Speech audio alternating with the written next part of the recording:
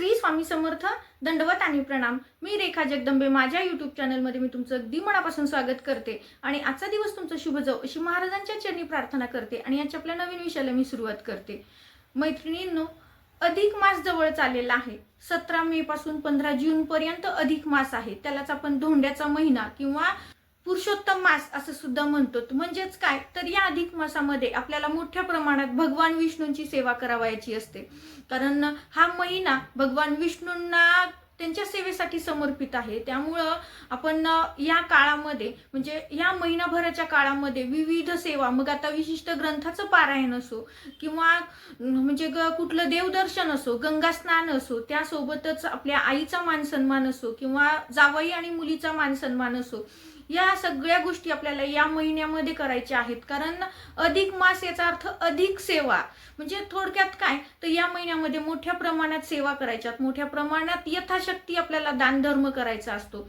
तर मग या महिन्याचं औचित्य साधून आपल्याला भगवान विष्णूंची सेवा कोणती करायची आहे की ज्या सेवेमुळं भगवान विष्णूंसोबत माता लक्ष्मी नित्य आपल्या घरामध्ये कायमस्वरूपी स्थिरावते किंवा कायमस्वरूपी राहते. यासाठी कुठली सेवा आहे? कारण आता हा महिना म्हटलं की आपला विविध सेवेमध्येच हा महिना जात असतो. विविध सेवेमध्ये म्हणजे काय, तर आपण संकल्पयुक्त काही सेवा करतो किंवा आपण आर्थिक अडचणीत असाल तर आर्थिक विवंचना आपली संपावी म्हणून भगवान विष्णूंची आपण सेवा करत असतो.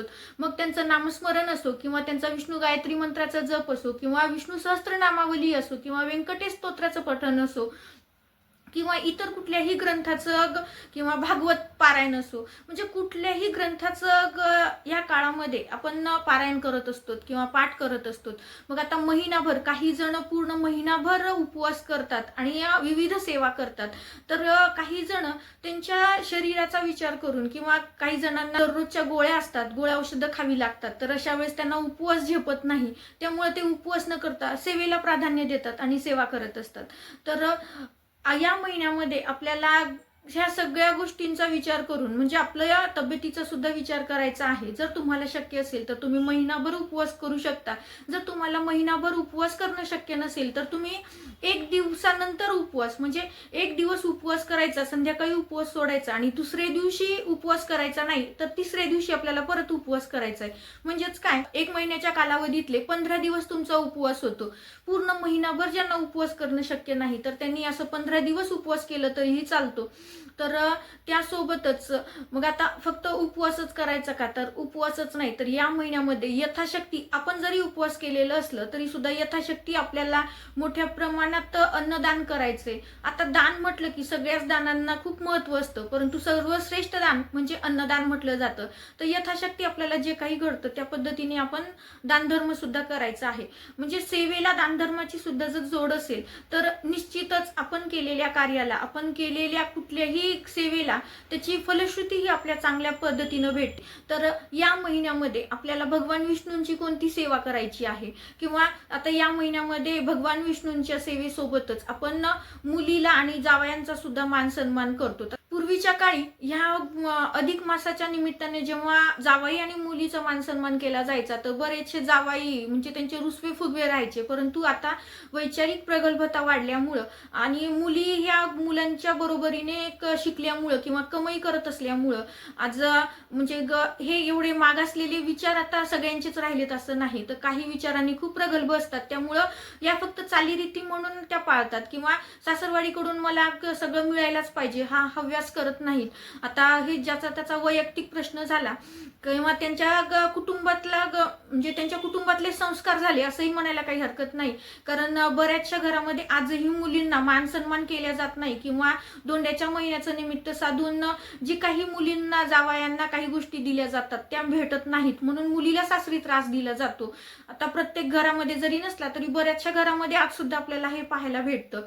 तर असो, या महिन्यामध्ये आपल्याला आपल्या मुलीचा आणि जावयाचा मान सन्मान करायचा. तर मान सन्मान कसा करायचा आहे, तर मान सन्मानामध्ये आपल्याला म्हणजे पहिल्याच्या काळापासून 5 भांडी दिली जायची किंवा चांदीचे सोन्याचे धोंडे करून दिले जायचे. परंतु हे सगळं पहिल्या धोंड्याला म्हणजे नुकती नवीन लग्न झालेली मुलगी असेल आणि तिचा पहिला धोंडा असेल किंवा लग्न झाल्यानंतरचा तिचा पहिला धोंडा असेल तर त्यावेळेस मात्र आवर्जून हा मान सन्मान केला जायचा.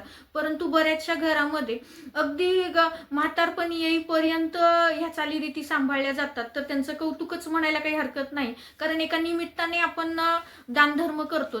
तर मुलीला आणि जावयाला आपण नारायण स्वरूप, लक्ष्मी स्वरूप म्हणून त्यांचं पूजन करून त्यांचा मान सन्मान करत असतो. तर मग यथाशक्ती तुम्हाला 5 भांडे देणं शक्य असतील तर तुम्ही 5 भांडी द्या. 5 भांडी देणं शक्य नसतील तर तुम्हाला जे काही शक्य आहे त्या पद्धतीने तुम्ही त्यांना आहेर करा. किंवा पण अनारसे, धोंड्याचा महिना म्हटलं की 33 अनारसे दिले जातात. 33 प्रकारचे 33 कोटी आपल्याकडे देव आहेत. तर त्या 33 कोटी देवांना ह्या सगळ्या गोष्टी समर्पित व्हाव्यात, या म्हणून आपण ह्या महिन्यामध्ये 33 कोणत्याही वस्तूंचं दान करण्याला अनन्यसाधारण महत्व आहे. म्हणून आपण मुलीला शिदोरी देताना, धोंड्याच्या महिन्यातली मुलीला शिदोरी देताना किंवा आपण देवाला धोंडे अर्पण करताना आपण 30 म्हणजे 33 धोंडे म्हणजे 33 पदार्थ आपण दान करतो, 33 फळं दान करतो. या पद्धतीने आपल्याला 33चं दान करायचंय. मग आता तुम्हाला शक्य असेल तर तुम्ही 33 प्रकारचे तुम्हाला जेवढे शक्य आहेत मुलीला जावायला देणं तेवढे प्रकार तुम्ही देऊ शकता. मग त्याच्यामध्ये तुम्ही फळाचे 33 प्रकार करा. शिदोरीमध्ये अनारसे, बताशे या गोष्टी किंवा करंजा ह्या आपल्याला 30 या पद्धतीनं आपल्याला द्यायचं असतं.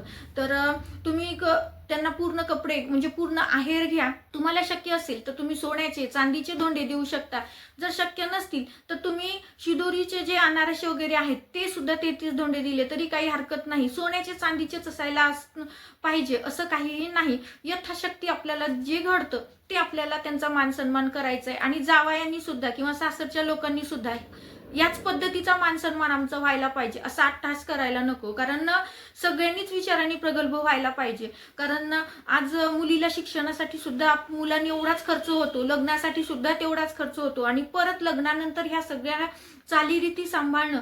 तर मुलीच्या आई वडिलांना ह्या सगळ्या गोष्टींचं ओझं वाटायला नको. त्यामुळं कुठलाही अट्टहास नाही.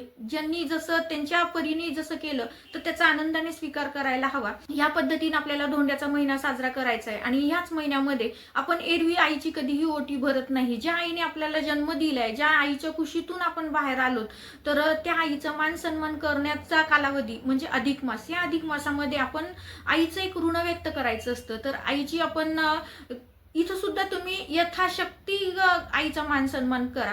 जर तुम्हाला शक्य असेल तर तुम्ही आईला साडी घ्या आणि नारळ, आपलं बघा जे काही ओटीचं सामान असते ते ओटीचं सामान आईच्या ओटीमध्ये आपल्याला भरायचं आहे.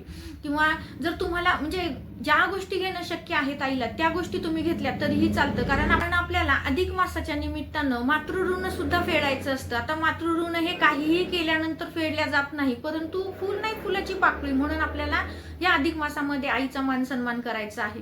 त्यासोबतच या महिन्यामध्ये तुम्हाला दान धर्माला सुद्धा खूप महत्व आहे, गंगा स्नानाला सुद्धा खूप महत्व आहे. त्यासोबतच आजचा महत्वाचा व्हिडिओ म्हणजे की या महिन्यामध्ये आपल्याला सत्यनारायण करायचं आहे. तर सत्यनारायण तुम्ही दररोज महिनाभर केलं तरीही चालतं.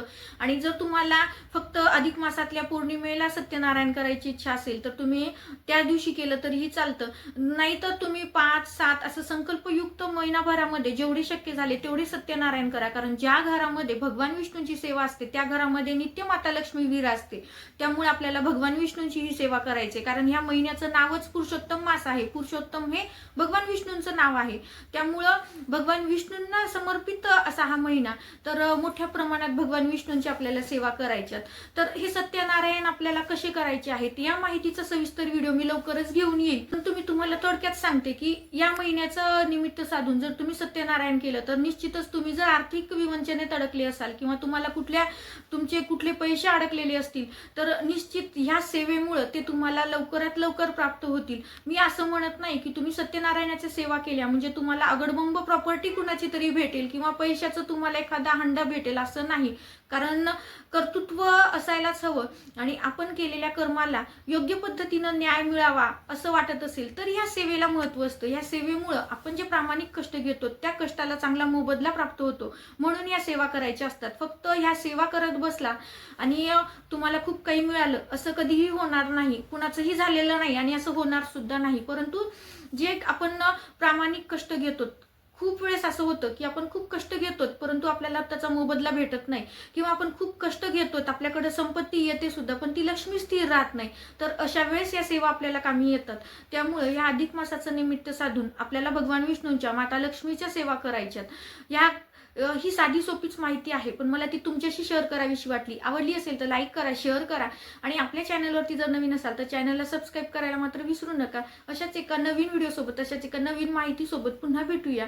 झालेली सेवा स्वामींच्या चरणी रुजू करते आणि हा व्हिडिओ इथंच थांबवते. श्री स्वामी समर्थ. दंडवत आणि प्रणाम.